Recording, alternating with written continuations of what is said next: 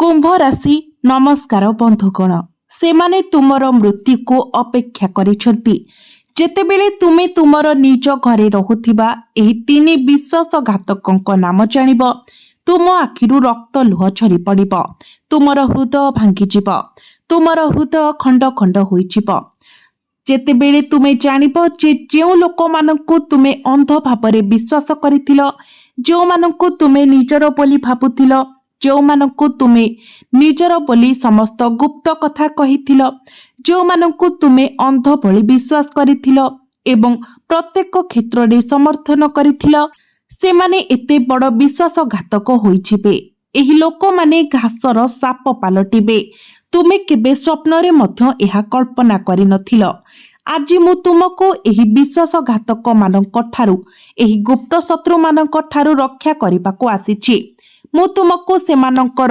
अंधकार कार्य एवं सेमानंकर प्रकृत स्वभाव प्रकाश करिबाको जाउछि बंधु माने तुमे जीवन रे आगको बढ़िपा सहित बयस बढ़िपा सहित तुमे अनुभव करिबो जे एही दुनिया रे एही परिवार रे बंधु मानक मध्य रे संपर्कीय मानक मध्य रे एपरिकी पड़ोसी मानक मध्य रे एवं आम निज घरे रहुथिबा लोकंक मध्य रे एही लोक माने प्रकृत रे आमर निजर नुहंती एठारे प्रत्येक संपर्क स्वार्थपरतारे मूल जेतेबेले लोकंकु टंका दरकार हुए किंबा सेमानंकर काम अटकी जाए किंबा सेमानंकु किछि करिबाकु पड़े सेमाने आम सहित मिठा कथा कहंती आमको प्रशंसा करंती एवं फूल चारि पाखरे महुमाछी गुंजरित हेबा परी आम चारि पाखरे गुंजरित हुअंती किंतु जेतेबेले आमे सेमानंकु टंका देबाको मना करू जेतेबेले आमे सेमानंकु सहाय्य करिबाको मना करू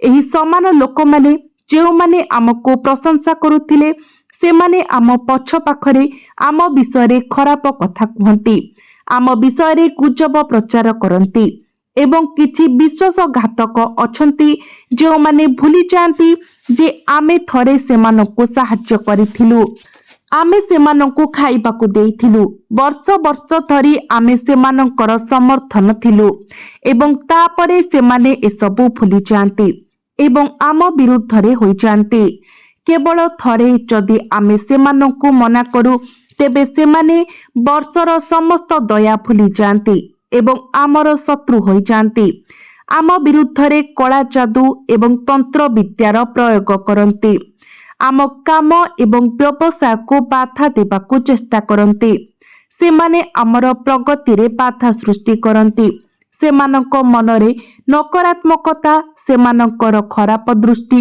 तापरे आम जीवनर प्रत्येक दिक को प्रभावित करे आम घरे खुशी धीरे धीरे शोकरे परिणत हुए आम घरे समस्ते पूर्वरु खुशी रे रहुथिले किंतु तापरे सेमानकर ईर्षा जोगु झगड़ा आरंभ हुए स्वामी स्त्री दूरे जाती आम पिला माने तापरे भूल बाटरे चली जाती एसबु काहेकि घटे कारण एही विश्वासघातक माने जेतेबेले आमे सेमानंकु सहाय्य करिबा बंद करि देउ किंबा सेमानंकु किछि मना करि देउ सेमाने भितरे भितरे निया परि जळिबाकु लागिबे एवं तापरे सेमाने पागल हाथी परि आम जीवन को नष्ट करिबाकु आसीजिबे एवं तुम जीवन रे केवल गोटिए नुहे बरं 3 जण एपरी लोक अछंती आज आमे सेही 3 जनक विषय रे सत्य प्रकाश करिबाकु जाउछु जो माने तुमको तळकु टाणिबा पई जे कोनोसी सीमा को जिबे एवं तुमे परिणाम देखिछ तुमे अतीत रे बहुत कष्ट पाइछ एहा बहुत जंत्रणादायक एबे तुमे प्रत्येक छोट जिनिस पई आग्रही पूर्वर जेउठारे तुमे छोट छोट काम करी मध्य भल परिमाणर टंका रोजगार करि पारिबो तुमे छोट छोट जिनिस माध्यम रे तुम जीवन रे खुशी पाई पारिबो पूर्वर तुमर घर सब बेले आनंद एवं खुशी रे परिपूर्ण थिला प्रति किछि दिन परे तुम घरे किछि ना किछि गोटिए घटना अनुष्ठित हेउथिला किंतु एबे जेबे ठारू एही विश्वासघातक माने सेमानंकर खराब नजर पकाइछंती सेबे ठारू सेमाने तुम जीवन उपरे मंत्र पकाइबा आरंभ करिछंती तुमे कठिन परिश्रम करूछ तुमे सूर्य रे जळुछ तुमे झाळ बाहर करूछ ତୁମେ ତୁମର ହୃଦୟ ଜାଳି ଦେଉଛ, ତଥାପି ତୁମେ କିଛି ପାଉନାହଁ। ଏବେ ତୁମେ କଷ୍ଟରେ ଜୀବିକା ନିର୍ବାହ କରିବାକୁ ଚେଷ୍ଟା କରୁଛ। ତୁମର ଦେବୀ ଲକ୍ଷ୍ମୀ ତୁମ ଉପରେ କ୍ରୋଧିତ। ତୁମେ ଯେତେ କୌଶଳ ଚେଷ୍ଟା କଲେ ମଧ୍ୟ ତୁମେ ଆଗକୁ ବଢି ପାରୁନାହଁ, କାରଣ ଏହି ବିଶ୍ୱାସଘାତକମାନେ ତୁମର ପଥକୁ ନଷ୍ଟ କରିଦେଇଛନ୍ତି। ସେମାନେ ତୁମର ପଥକୁ ନଷ୍ଟ କରିଦେଇଛନ୍ତି। ତୁମେ ଏବେ କିପରି ଆଗକୁ ବଢିବ? ତୁମର ଭାଗ୍ୟର ପାହାଚ ଯାହା ତୁମକୁ ସଫଳତା ଆଡକୁ ନେଇଯାଏ, ଏହି ବିଶ୍ୱାସଘାତକମାନଙ୍କ ଦ୍ୱାରା ନଷ୍ଟ ହୋଇଗଲାଣି। ତନ୍ତ୍ର ମନ୍ତ୍ର, ତାନ୍ତ୍ରିକ ରୀତିନୀତି ବ୍ୟବହାର କରି ଏବଂ ମିଥ୍ୟା ଗୁଜବ ପ୍ରଚାର କରି। କିନ୍ତୁ ଆଜି ମୁଁ ଏହି ଭିଡିଓରେ ଯେଉଁ ସମାଧାନ ବିଷୟରେ କହିବି, ତାହା ଦ୍ୱାରା ଏହି ବିଶ୍ୱାସଘାତକମାନଙ୍କର ସମସ୍ତ ମନ୍ଦ କାର୍ଯ୍ୟ ବିଫଳ ହେବ। ସେମାନଙ୍କର ସମସ୍ତ ମନ୍ଦ କାର୍ଯ୍ୟ ନଷ୍ଟ ହୋଇଯିବ ଏବଂ କେହି ତୁମକୁ ଆଗକୁ ବଢିବାରୁ ରୋକିପାରିବେ ନାହିଁ। ଏହାପରେ ଯେକୌଣସି ଶତ୍ରୁ ଯିଏ ତୁମକୁ କଷ୍ଟ ଦେବା ପାଇଁ ଚେଷ୍ଟା କରିବ, ଯେକୌଣସି ଶତ୍ରୁ ଯିଏ ତୁମର କାମରେ ବାଧା ସୃଷ୍ଟି କରିବ, ତାର ସମସ୍ତ ମନ୍ଦ କାର୍ଯ୍ୟ, ତାହାର ତନ୍ତ୍ରମନ୍ତ୍ର ହେଉ କିମ୍ବା କଳା ଯାଦୁ, ସବୁ ତାକୁ ପ୍ରଭାବିତ କରିବ। ଯଦି ସେ ତୁମକୁ ନଷ୍ଟ କରିବା ପାଇଁ କିଛି କରେ, ତେବେ ସେ ନିଜେ ନଷ୍ଟ ହୋଇଯିବ। ଯଦି ସେ ତୁମର କାମକୁ ନଷ୍ଟ କରିବାକୁ ଚେଷ୍ଟା କରେ, ତେବେ ତାର ନିଜ କାମ ନଷ୍ଟ ହେବାକୁ ଲାଗିବ। ତୁମେ ସମସ୍ତେ ଜାଣ ଯେ ମୁଁ ତୁମକୁ କହୁଥିବା ପ୍ରତ୍ୟେକ କଥା ସତ୍ୟ। ମୁଁ ତୁମକୁ କହୁଥିବା ସମାଧାନ ହେଉଛି ଏକ ଔଷଧ। ଆଜି ଏହି ଭିଡିଓଟି ତୁମ ଜୀବନର એકમાત્ર ଭିଡିଓ ହେବ, ଯାହା ଆଜି ପୂର୍ବରୁ ତୁମେ ସମ୍ମୁଖୀନ ହୋଇଥିବା ସମସ୍ତ ଦୁଃଖ ଏବଂ କଷ୍ଟକୁ ଦୂର କରିବ। ଏହା ତୁମର ପ୍ରତ୍ୟେକ ଶତ୍ରୁକୁ ବିନାଶ କରିବ। ମୁଁ ଜାଣେ ଯେ ତୁମେ ଲୋକମାନେ ତୁମର ଶତ୍ରୁମାନଙ୍କ ବିଷୟରେ ଖରାପ ଚିନ୍ତା ମଧ୍ୟ କର ନାହିଁ। ଯଦି କେହି ତୁମକୁ ବାରମ୍ବାର ନିର୍ଯାତନା ଦେଉଛି, ବାରମ୍ବାର ଆଘାତ ଦେଉଛି, ତୁମକୁ ଯନ୍ତ୍ରଣା ଦେଉଛି, ତାହା ତୁମର ନିଜ ପରିବାରର ହେଉ କିମ୍ବା ବାହାରର କେହି ହେଉ, ତୁମେ କେବେ ସେହି ବ୍ୟକ୍ତି ବିଷୟରେ ଖରାପ ଚିନ୍ତା କର ନାହିଁ। ତୁମେ କେବେ କାହା ବିଷୟରେ ଖରାପ ଚିନ୍ତା କର ନାହିଁ, ଯିଏ ତୁମକୁ ଯେତେ ଅସୁବିଧାରେ ପକାଉନା କାହିଁକି। ତୁମେ ସେମାନଙ୍କ ବିଷୟରେ ଭୁଲ ଚିନ୍ତା କର ନାହିଁ। ତୁମେ ସେମାନଙ୍କୁ ଆଶୀର୍ବାଦ ମଧ୍ୟ କର। ସେମାନଙ୍କୁ ଜୀବନରେ ଖୁସିରେ ରହିବା ଏବଂ ଉନ୍ନତି ରହିବାକୁ ଚାହଁ। ତୁମେ ବହୁତ ଭଲ ଏବଂ ଏହି ଲୋକମାନେ ତୁମର ଭଲ ପାଇବାର ସୁଯୋଗ ନିଅନ୍ତି। କିନ୍ତୁ ବନ୍ଧୁଗଣ, ଯଥେଷ୍ଟ ହେଲା। ଆମେ କେତେ ଦିନ ଏହି ଲୋକମାନଙ୍କର ଭଲ କରିବୁ ଏବଂ କେତେ ଦିନ ଆମେ ନିଜ ସହିତ ଖେଳିବୁ? କାରଣ ଶାସ୍ତ୍ର ଏବଂ ଆମ ଧର୍ମରେ କୁହାଯାଇଛି ଯେ ଆମେ ଠିଆ ହୋଇ ସେମାନଙ୍କୁ କ୍ଷତି କରିବା ଉଚିତ ନୁହେଁ। ଯେଉଁମାନେ ଆମକୁ କ୍ଷତି ପହଞ୍ଚାନ୍ତି, ଯେଉଁମାନେ ଆମ ଜୀବନକୁ ନଷ୍ଟ କରନ୍ତି, ଭଗବାନ ଏହା ଦେଖିବେ ଏବଂ ସେ ନିଶ୍ଚିତ ଭାବରେ ଏହା ଦେଖିବେ। ବଜରଙ୍ଗବାଲି ଏକ ଶକ୍ତି, ଆମର ନ୍ୟାୟର ଦେବତା, କର୍ମଦେବ ଶନିଦେବ, ଜଣେ ଦେବତା ଯିଏ ତୁମଠାରୁ ପ୍ରତିଶୋଧ ନେବେ। ତୁମକୁ କିଛି କରିବାକୁ ପଡ଼ିବ ନାହିଁ। ହାତ ଯୋଡ଼ି ମୁଁ ତୁମକୁ ଏହି ଲୋକମାନଙ୍କ ଠାରୁ କିଛି ଦୂରତା ବଜାୟ ରଖିବାକୁ ଅନୁରୋଧ କରୁଛି। କେବଳ ଏତିକି କର ଏବଂ ଆଜି ଏହି ଭିଡିଓଟିକୁ ସମ୍ପୂର୍ଣ୍ଣ ଦେଖ ଏବଂ ତୁମେ ସବୁ କିଛି ବୁଝିପାରିବ। ତେଣୁ ମୁଁ ପ୍ରତ୍ୟେକ ବିବରଣୀକୁ ଯିବାକୁ ଦେଉଛି। ମୁଁ ତୁମକୁ ସେମାନଙ୍କ ନାମ କହିବି। ମୁଁ ତୁମକୁ ସେମାନଙ୍କୁ କିପରି ଚିହ୍ନିବ ତାହା ମଧ୍ୟ କହିବି। କିନ୍ତୁ ପ୍ରଥମେ ଦୟାକରି ଏହି ଭିଡିଓଟିକୁ ଲାଇକ୍ କରନ୍ତୁ। ବନ୍ଧୁଗଣ, ମୁଁ ବହୁତ ଚେଷ୍ଟା କରି ଏହି ଭିଡିଓଟି ତିଆରି କରିଛି। ଏହା ତୁମର ମଙ୍ଗଳ ପାଇଁ, ଶତ୍ରୁମାନଙ୍କ ଠାରୁ ରକ୍ଷା କରିବା ପାଇଁ। ଏବଂ ଯଦି ତୁମେ ଭିଡିଓଟିକୁ ପସନ୍ଦ କରୁନାହଁ, ତେବେ ମୁଁ ବହୁତ ଦୁଃଖିତ ହେବି। ଏବଂ ବନ୍ଧୁମାନେ, ଦୟାକରି ସତ୍ୟ ହୃଦୟ ଏବଂ ସତ୍ୟ ଭକ୍ତି ସହିତ ମନ୍ତବ୍ୟ ବିଭାଗରେ ଜୟ ବଜରଙ୍ଗ ବୋଲି, ଜୟ ବଜରଙ୍ଗ ବୋଲି, ଜୟ ବଜରଙ୍ଗ ବୋଲି 3 ଥର ଲେଖନ୍ତୁ। ବାଲାଜୀ ମହାରାଜଙ୍କ ପ୍ରକୃତ ଭକ୍ତମାନେ ଦୟାକରି କମେଣ୍ଟ ବକ୍ସରେ ଜୟ ବଜରଙ୍ଗ ବାଲି ଲେଖନ୍ତୁ। ଏବଂ ଯଦି ସବୁ ଘଟଣା ତୁମ ଜୀବନରେ ମଧ୍ୟ ଘଟୁଛି, ଯଦି ତୁମେ ତୁମର ଶତ୍ରୁ ଏବଂ ତୁମର ହାତ ଭିତରେ ଲୁଚି ରହିଥିବା ଏହି ସାପ ଗୁଡ଼ିକ ଦ୍ୱାରା କଷ୍ଟ ପାଉଛ, ତେବେ ମୋତେ କମେଣ୍ଟରେ କୁହନ୍ତୁ ଏବଂ ମୁଁ ଯାହା ବର୍ଣ୍ଣନା କରିଛି ତାହା ତୁମ ସହିତ ଘଟୁଛି କି ନାହିଁ ତାହା ମୋତେ ଜଣାନ୍ତୁ। ତ ଆସନ୍ତୁ ଭିଡିଓ ଆରମ୍ଭ କରିବା। ବହୁତ ଧ୍ୟାନ ଦେଇ ଶୁଣ। ବନ୍ଧୁମାନେ, ଆଜି ରାତି 12ଟାରୁ ଆରମ୍ଭ କରି ମୁଁ ଗ୍ୟାରେଣ୍ଟି ଦେଉଛି ଯେ ତୁମେ ତୁମର ଜୀବନରେ ଏହି 3ଟି ମହାନ ଆନନ୍ଦ ଅନୁଭବ କରିବ। ଏବଂ ଏହି ଆନନ୍ଦ ଗୁଡ଼ିକ ଛୋଟ ଖୁସି ନୁହେଁ। ବନ୍ଧୁମାନେ, ତୁମେ ଘର ଘର ବୁଲି ମିଠା ବାଣ୍ଟିବ। ତୁମେ ଏବଂ ତୁମର ପରିବାରର ସମସ୍ତ ଲୋକ ପାଗଳ ପରି ନାଚିବ ଏବଂ ତୁମର ଏହି ଖୁସି ସର୍ବଦା ରହିବ। କାରଣ ନ୍ୟାୟର ଦେବତା ଶନିଦେବ ବର୍ଷ ବର୍ଷ ଧରି ତୁମ ପ୍ରତି ଏତେ ଦୟାଳୁ ଅଛନ୍ତି। କିନ୍ତୁ ତୁମର ଏହି ଗୁପ୍ତ ଶତ୍ରୁମାନେ ସବୁବେଳେ ତୁମ ଜୀବନରେ ଆସୁଥିବା ଲକ୍ଷ୍ମୀଙ୍କୁ ଦ୍ୱାର ପାଖରୁ ଦୂରେଇ ଦିଅନ୍ତି। ଏହା ବ୍ୟତୀତ ସେମାନେ ତୁମ ଜୀବନରେ ଆସୁଥିବା ପ୍ରତ୍ୟେକ ଖୁସିକୁ ମଧ୍ୟ ଦୂରେଇ ଦିଅନ୍ତି।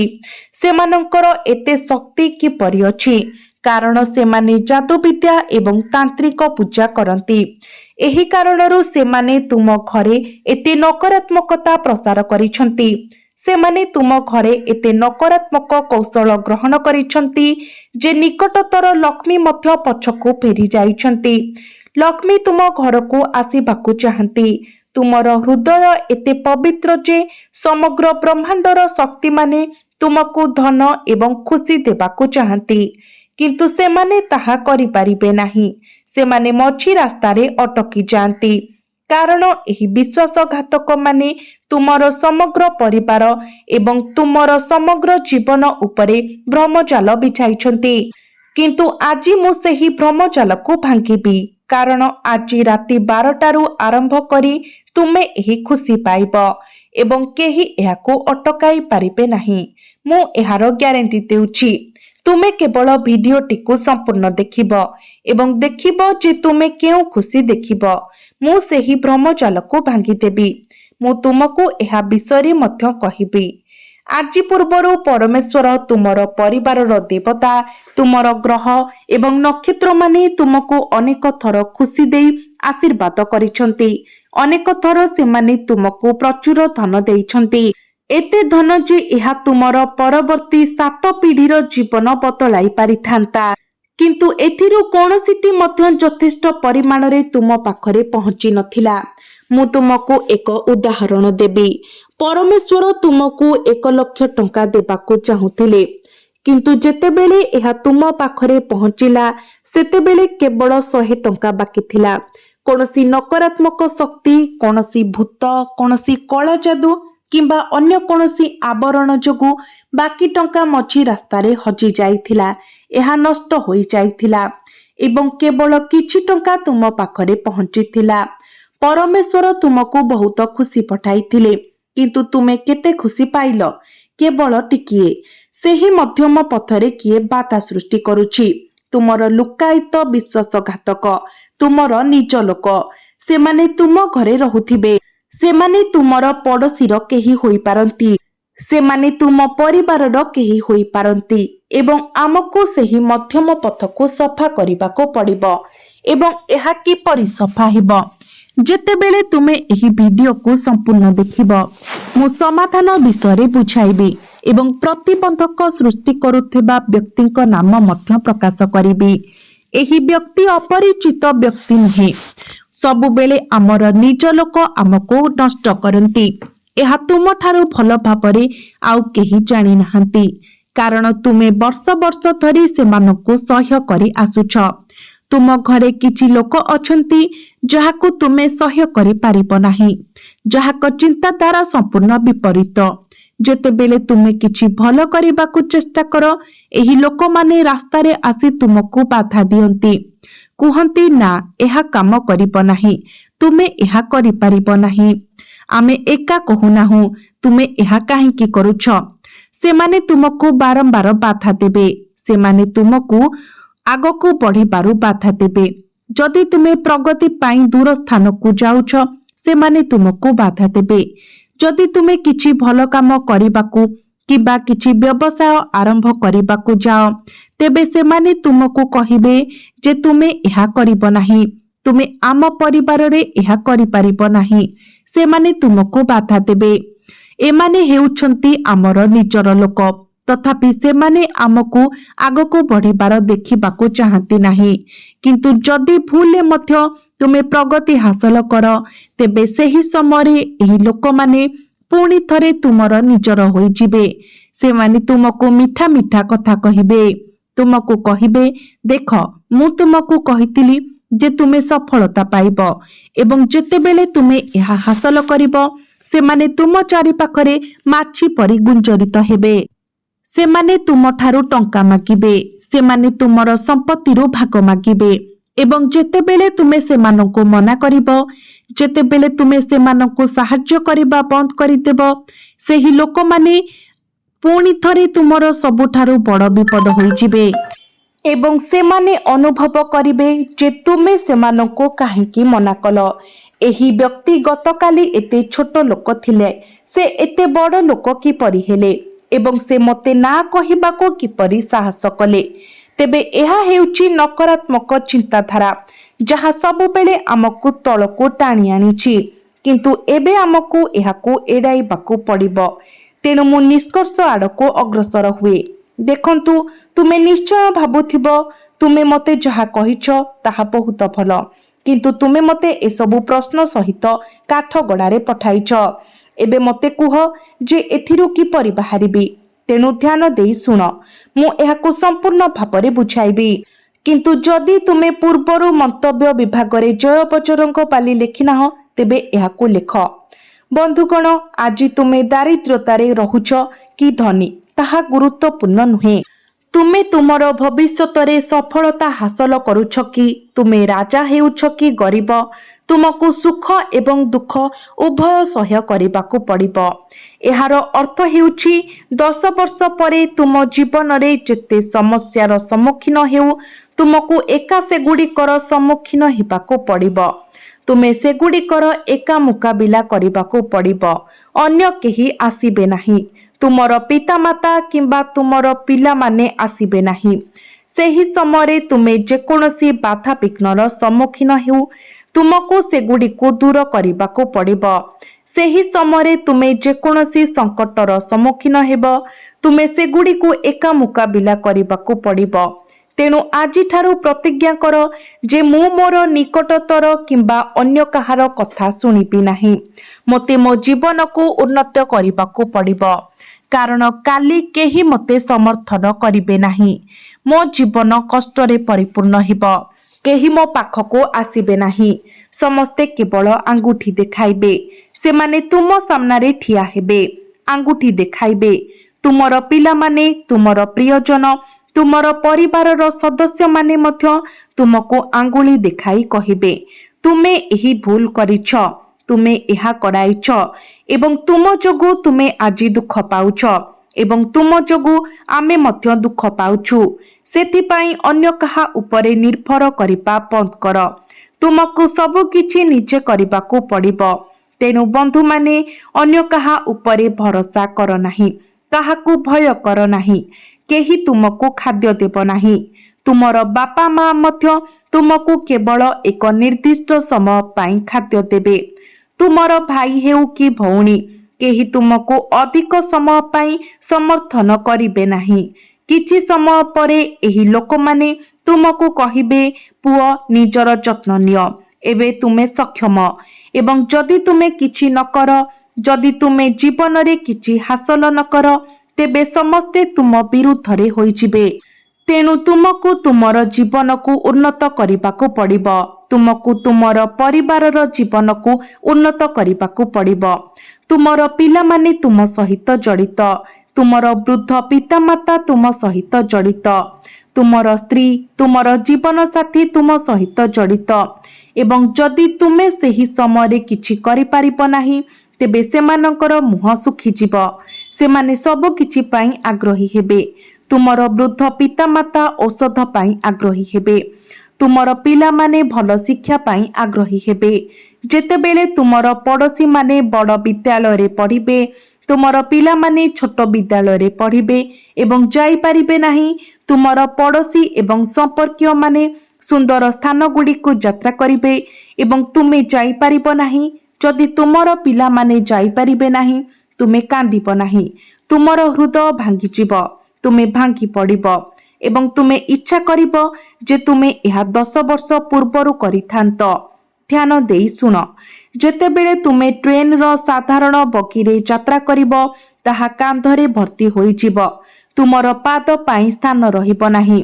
ତୁମେ ତୁମର ପିଲାକୁ ତୁମର ସ୍ତ୍ରୀକୁ ଧରି ରହିବ ଏବଂ ତୁମେ ସେହି ଟ୍ରେନରେ ଯାତ୍ରା କରିବ। କେତେବେଳେ ଜଣେ ପୁରୁଷ ତୁମର ସ୍ତ୍ରୀକୁ ଧକ୍କା ଦେବ, କେତେବେଳେ ତୁମର ପିଲା ଭିଡ଼ରେ ଚାପି ହୋଇଯିବ। ତୁମେ ନିଶ୍ୱାସ ନେଇପାରିବ ନାହିଁ। ତାପରେ ତୁମେ ଅନୁଭବ କରିବ, ମୁଁ ଇଚ୍ଛା କରୁଛି ମୁଁ 10 ବର୍ଷ ପୂର୍ବରୁ କିମ୍ବା 5 ବର୍ଷ ପୂର୍ବରୁ କଠିନ ପରିଶ୍ରମ କରିଥାନ୍ତି।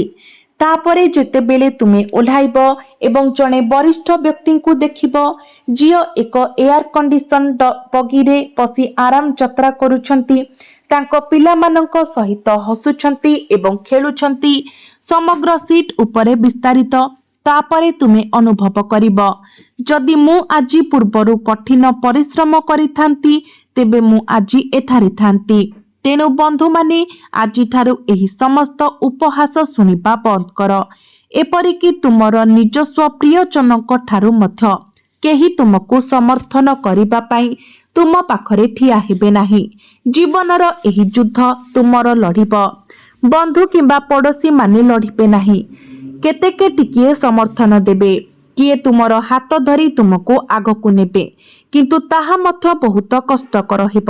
ଲୋକମାନେ ତୁମର ଯନ୍ତ୍ରଣା ବୁଝିବେ, କିନ୍ତୁ ପ୍ରତ୍ୟେକ ବ୍ୟକ୍ତିଙ୍କର ନିଜସ୍ୱ କଷ୍ଟ ଅଛି, ତେଣୁ କେହି ଏହାକୁ ଚିନ୍ତା କରନ୍ତି ନାହିଁ। ତେଣୁ ଲୋକଙ୍କ ବିଷୟରେ ଚିନ୍ତା କରିବା ବନ୍ଦ କର ଏବଂ ନିଜ ଜୀବନ ବିଷୟରେ ଭାବ। ମୁଁ ତୁମକୁ ତୁମର ଅନ୍ଧକାରର ସତ୍ୟ କହିସାରିଛି। ଏବେ ତୁମେ ଏହି ଅନ୍ଧକାର ସତ୍ୟକୁ ବଦଳାଇବ କି ନାହିଁ ତାହା ତୁମ ହାତରେ ଅଛି ଏବଂ ମୁଁ ଏହା କହିପାରିବି ନାହିଁ ବୋଲି ବାହାନା କରିବା ବନ୍ଦ କର। ମୁଁ କରିପାରିବି ନାହିଁ। ମୋର ଲୋକମାନେ ସେହିପରି, କେହି କିଛି ନୁହନ୍ତି। ସମସ୍ତେ ଏହା କରିପାରିବେ। ପ୍ରତ୍ୟେକ ବ୍ୟକ୍ତି ଏହା କରିପାରିବେ। ଏକମାତ୍ର ସମସ୍ୟା ହେଉଛି ଯେ ସେମାନେ କିଛି କରିବାକୁ ଚାହାନ୍ତି ନାହିଁ ଏବଂ କିଛି ଜିନିଷ ଯାହା ସେମାନେ ଆଦୌ ଚାହାନ୍ତି ନାହିଁ। କିନ୍ତୁ ତୁମେ ଜାଣ ତୁମେ କ'ଣ। ଏବେ ମୁଁ ତୁମକୁ ସେହି ଶତ୍ରୁମାନଙ୍କ ବିଷୟରେ କହୁଥିଲି। ମୁଁ ତୁମକୁ ସେମାନଙ୍କ ଠାରୁ ଦୂରେଇ ରହିବାର ଉପାୟ କହୁଛି। ଏବେ ତୁମେ କଠିନ ପରିଶ୍ରମ କର କିମ୍ବା ଅନ୍ୟ କିଛି କର, ତୁମକୁ ଶତ୍ରୁମାନଙ୍କୁ ଦୂରେଇ ରହିବାକୁ ପଡ଼ିବ, ନଚେତ୍ ଆମର ସମସ୍ତ ପ୍ରୟାସ ବ୍ୟର୍ଥ ହୋଇଯିବ। ଏବଂ ଗତ ବର୍ଷ ଏବଂ ତା ପୂର୍ବ ବର୍ଷ ତୁମେ ଯେଉଁ ଭୁଲ କରିଥିଲ ତାହା ଏବେ କରିବ ନାହିଁ। ତୁମର କ'ଣ କରିବା ଉଚିତ ତାହା ଧ୍ୟାନ ଦେଇ ଶୁଣ। ପ୍ରଥମତଃ, ଲୋକମାନଙ୍କୁ ବାରମ୍ବାର ସାହାଯ୍ୟ କରିବା ବନ୍ଦ କର। ସମସ୍ତଙ୍କୁ ସାହାଯ୍ୟ କରିବା ଜରୁରୀ ନୁହେଁ। ଲୋକଙ୍କୁ ବାରମ୍ବାର ଟଙ୍କା ଦେବା ବନ୍ଦ କର। ତୁମର ଏହି ଟଙ୍କା ତୁମ ପାଇଁ ବହୁତ ଉପଯୋଗୀ ହେବ। ତାହା 10 ଟଙ୍କା ହେଉ, 100 ଟଙ୍କା ହେଉ, 1000 ଟଙ୍କା ହେଉ କିମ୍ବା 1 ଲକ୍ଷ ହେଉ, ତୁମେ ଏହାକୁ କାହାକୁ ଦେବା ଉଚିତ ନୁହେଁ। ତୁମର ମୂଲ୍ୟବାନ ଟଙ୍କାକୁ ନିଜ ପାଖରେ ସୁରକ୍ଷିତ ରଖ, କାରଣ ଯେତେବେଳେ ତୁମକୁ ଏହାର ଆବଶ୍ୟକତା ପଡ଼ିବ, ଏହି ଲୋକମାନେ ଏହାକୁ ଫେରାଇବେ ନାହିଁ। ନା ଟଙ୍କା କୌଣସି କାମରେ ଆସିବ। ତେଣୁ ତୁମର ଟଙ୍କାକୁ ସୁରକ୍ଷିତ ରଖ। ଏହି ସମସ୍ତ ଶତ୍ରୁ ଯେଉଁମାନେ ଏହି ଯାଦୁ ବିଦ୍ୟା ପ୍ରୟୋଗ କରୁଛନ୍ତି, ଯଦି ତୁମ ପାଖରେ ହନୁମାନ ମନ୍ଦିର ଅଛି ତେବେ ପ୍ରତିଦିନ ଦର୍ଶନ କରିବାକୁ ଯାଅ। ତୁମେ ହନୁମାନଙ୍କ ସୁରକ୍ଷା ଚାହିଁବ। ହନୁମାନଙ୍କ ପାଦର ସିନ୍ଦୁରକୁ କପାଳରେ ଲଗାଅ। ହନୁମାନଙ୍କର ଏକ ସୁରକ୍ଷା କବଚ ବା ରକ୍ଷା ସୂତ୍ର ଅଛି, ସେହି ସୂତା ତୁମ ଗଳାରେ ପିନ୍ଧ। ଯେକୌଣସି ହନୁମାନ ମନ୍ଦିରକୁ ଯାଅ ଏବଂ ସେଠାରେ ପୁରୋହିତଙ୍କୁ ତୁମ ପାଇଁ ଏକ ସୂତା ତିଆରି କରିବାକୁ କୁହ। ଏହାକୁ ତୁମର ଗଳାରେ ପିନ୍ଧ। ତାପରେ କେହି ତୁମକୁ କଷ୍ଟ ଦେବାକୁ ସାହସ କରିବେ ନାହିଁ। ଯାଦୁବିଦ୍ୟା ମାଧ୍ୟମରେ ହେଉ କିମ୍ବା ତାନ୍ତ୍ରିକ ପୂଜାପାଠ ମାଧ୍ୟମରେ କେହି ଏହା କରିପାରିବେ ନାହିଁ। ଆପଣଙ୍କ ଘରେ ପ୍ରତିଦିନ ହନୁମାନ ଚାଳିଶା ପାଠ କରନ୍ତୁ। ଏହାକୁ ଟିଭି କିମ୍ବା ମୋବାଇଲରେ ବଜାନ୍ତୁ କିମ୍ବା ନିଜେ ଶୁଣନ୍ତୁ। ଆପଣଙ୍କ ପରିବାରକୁ ଏହା ଶୁଣାନ୍ତୁ। ମୁଁ ଏକ ସମାଧାନ ବାଣ୍ଟୁଛି। ଶନିବାର ରାତିରେ ଏକ କଳା ସୂତାରେ 7ଟି କଳା ବିରି ଡାଲି ଏବଂ ଏକ ତମ୍ବା ମୁଦ୍ରା ବାନ୍ଧନ୍ତୁ। ଗୋଟିଏ କଳା ସୂତା, ଏକ ତମ୍ବା ମୁଦ୍ରା ଏବଂ 7ଟି କଳା ବିରି ନିଅନ୍ତୁ। ସେଗୁଡ଼ିକୁ ଏକ କଳା କପଡ଼ାରେ ଗୁଡ଼ାନ୍ତୁ। ଗୋଟିଏ ଛୋଟ ଗଣ୍ଠି ପକାନ୍ତୁ। ଏହାକୁ କଳା ସୂତାରେ ଗୁଡ଼ାନ୍ତୁ ଏବଂ ଏହାକୁ ଆପଣଙ୍କ ଡାହାଣ ହାତରେ ପିନ୍ଧନ୍ତୁ କିମ୍ବା ଆପଣଙ୍କ ପକେଟରେ ରଖନ୍ତୁ। ବନ୍ଧୁମାନେ, ବିଶ୍ୱାସଘାତକମାନେ ପ୍ରାୟତଃ ଖରାପ ନଜର, ଈର୍ଷା ଏବଂ ଯାଦୁ ବିଦ୍ୟା କରି ଆକ୍ରମଣ କରନ୍ତି। ବିଶ୍ୱାସଘାତକମାନେ ଆମର ଗୁପ୍ତ ଶତ୍ରୁ। ଏହା କରନ୍ତି ତେବେ ବିରି ଡାଲି କ'ଣ କରିବ? ଏହା ସେହି ଶକ୍ତିକୁ ଶୋଷିତ କରିବ ଏବଂ ତମ୍ବା ଆପଣଙ୍କ ଶକ୍ତିକୁ ଆହୁରି ବୃଦ୍ଧି କରିବ। ଏବଂ ଯଦି କେହି ଗୁପ୍ତ ଭାବରେ ଆପଣଙ୍କ ବିରୁଦ୍ଧରେ କାମ କରୁଛି ତେବେ ସେମାନେ 7 ଦିନ ମଧ୍ୟରେ ଅଦୃଶ୍ୟ ହେବାକୁ ଲାଗିବେ, ନଚେତ୍ ସେମାନଙ୍କର ପ୍ରକୃତ ପରିଚୟ ପ୍ରକାଶ ପାଇବ। ତେଣୁ ନିଶ୍ଚିତ ଭାବରେ ଏହି ପ୍ରତିକାର ଚେଷ୍ଟା କରନ୍ତୁ। ଏହି ପ୍ରତିକାରକୁ ପ୍ରତି 7 ଦିନରେ ପରିବର୍ତ୍ତନ କରିବା ଆବଶ୍ୟକ। ତୁମେ ତମ୍ବା ମୁଦ୍ରାକୁ ପୁଣି ଥରେ ଶୁଦ୍ଧ କରିବାକୁ ପଡ଼ିବ। ପ୍ରତି 7 ଦିନରେ ବିରି ଡାଲି ଭିଜାଇ ତାକୁ ବିହନ କରିବାକୁ ପଡ଼ିବ। ସୂତା ମଧ୍ୟ ବଦଳାଇବାକୁ ପଡ଼ିବ। ଏବଂ ଆଉ ଏକ ପ୍ରତିକାର ହେଉଛି ପାଉଁଶ, ଲୁଣ ଏବଂ ଲବଙ୍ଗକୁ ନେଇ ଏକ ଗୁପ୍ତ ପ୍ରତିକାର। ମଙ୍ଗଳବାର ଏବଂ ଶନିବାର ଏହି ପ୍ରତିକାର କରନ୍ତୁ। ଗୋଟିଏ ପାତ୍ର ନିଅନ୍ତୁ, ଏଥିରେ 1 ଚିମୁଟା ସୈନ୍ଧବ ଲବଣ ପକାନ୍ତୁ, 1 ଚିମୁଟା ଧୂପକାଠି କିମ୍ବା ଯଜ୍ଞର ଭସ୍ମ ମିଶାନ୍ତୁ। ତାହା ତୁମର ଘରେ ପୂର୍ବରୁ ଅଛି। ଯଦି ତୁମର ଘରେ ଧୂପକାଠି କିମ୍ବା ଯଜ୍ଞ ହୋଇଥାଏ ତେବେ ପାଉଁଶ ଏବଂ 3ଟି ଲବଙ୍ଗ ନିଅ। ଏବେ ଏହି 3ଟି ଲବଙ୍ଗକୁ ରାତି ସାରା ତୁମର ଘରର ମୁଖ୍ୟ ପ୍ରବେଶ ଦ୍ୱାର ପାଖରେ ରଖ। ଏହି 3ଟି ଜିନିଷକୁ ରାତି ସାରା ତୁମର ଘରର ମୁଖ୍ୟ ପ୍ରବେଶ ଦ୍ୱାରରେ ରଖ ଏବଂ ସକାଳେ ସେଗୁଡ଼ିକୁ ପ୍ରବାହିତ ପାଣିରେ ପ୍ରବାହିତ କରିଦିଅ। ଯଦି ପାଖରେ ନଦୀ ଅଛି ତେବେ ସେଠାରେ କର। ଯଦି କୌଣସି ପୋଖରୀ ଅଛି ତେବେ ତୁମେ ସେଠାରେ ମଧ୍ୟ ଏହା କରିପାରିବ। ଦେଖ, ଯେଉଁମାନେ ପ୍ରାୟତଃ ଯାଦୁବିଦ୍ୟା କରନ୍ତି ସେମାନେ କ'ଣ କରନ୍ତି? ସେମାନେ ଘରର ଶକ୍ତିକୁ ଟାର୍ଗେଟ କରନ୍ତି ଏବଂ ଏହି ପ୍ରତିକାର ସେମାନଙ୍କର ସଂକେତ ଗୁଡ଼ିକୁ ବାଧା ଦେବ। ତୁମେ ଅନୁଭବ କରୁଥିବା ଅହେତୁକ ଚିନ୍ତା ହ୍ରାସ ପାଇବ। ତୁମେ ଯେଉଁ ଦୁଃସ୍ୱପ୍ନ ଏବଂ ଭାରି ଅନୁଭବ କରୁଛ ତାହା ମଧ୍ୟ ହ୍ରାସ ପାଇବ। ତେବେ ବନ୍ଧୁଗଣ, ବର୍ତ୍ତମାନ ପାଇଁ ଏତିକି ଯଥେଷ୍ଟ। ଯଦି ତୁମେ ମୋ ମନ୍ତବ୍ୟରେ ଏକମତ ତେବେ କମେଣ୍ଟ ବକ୍ସରେ ଜୟ ବଜରଙ୍ଗ ବାଲି ନିଶ୍ଚୟ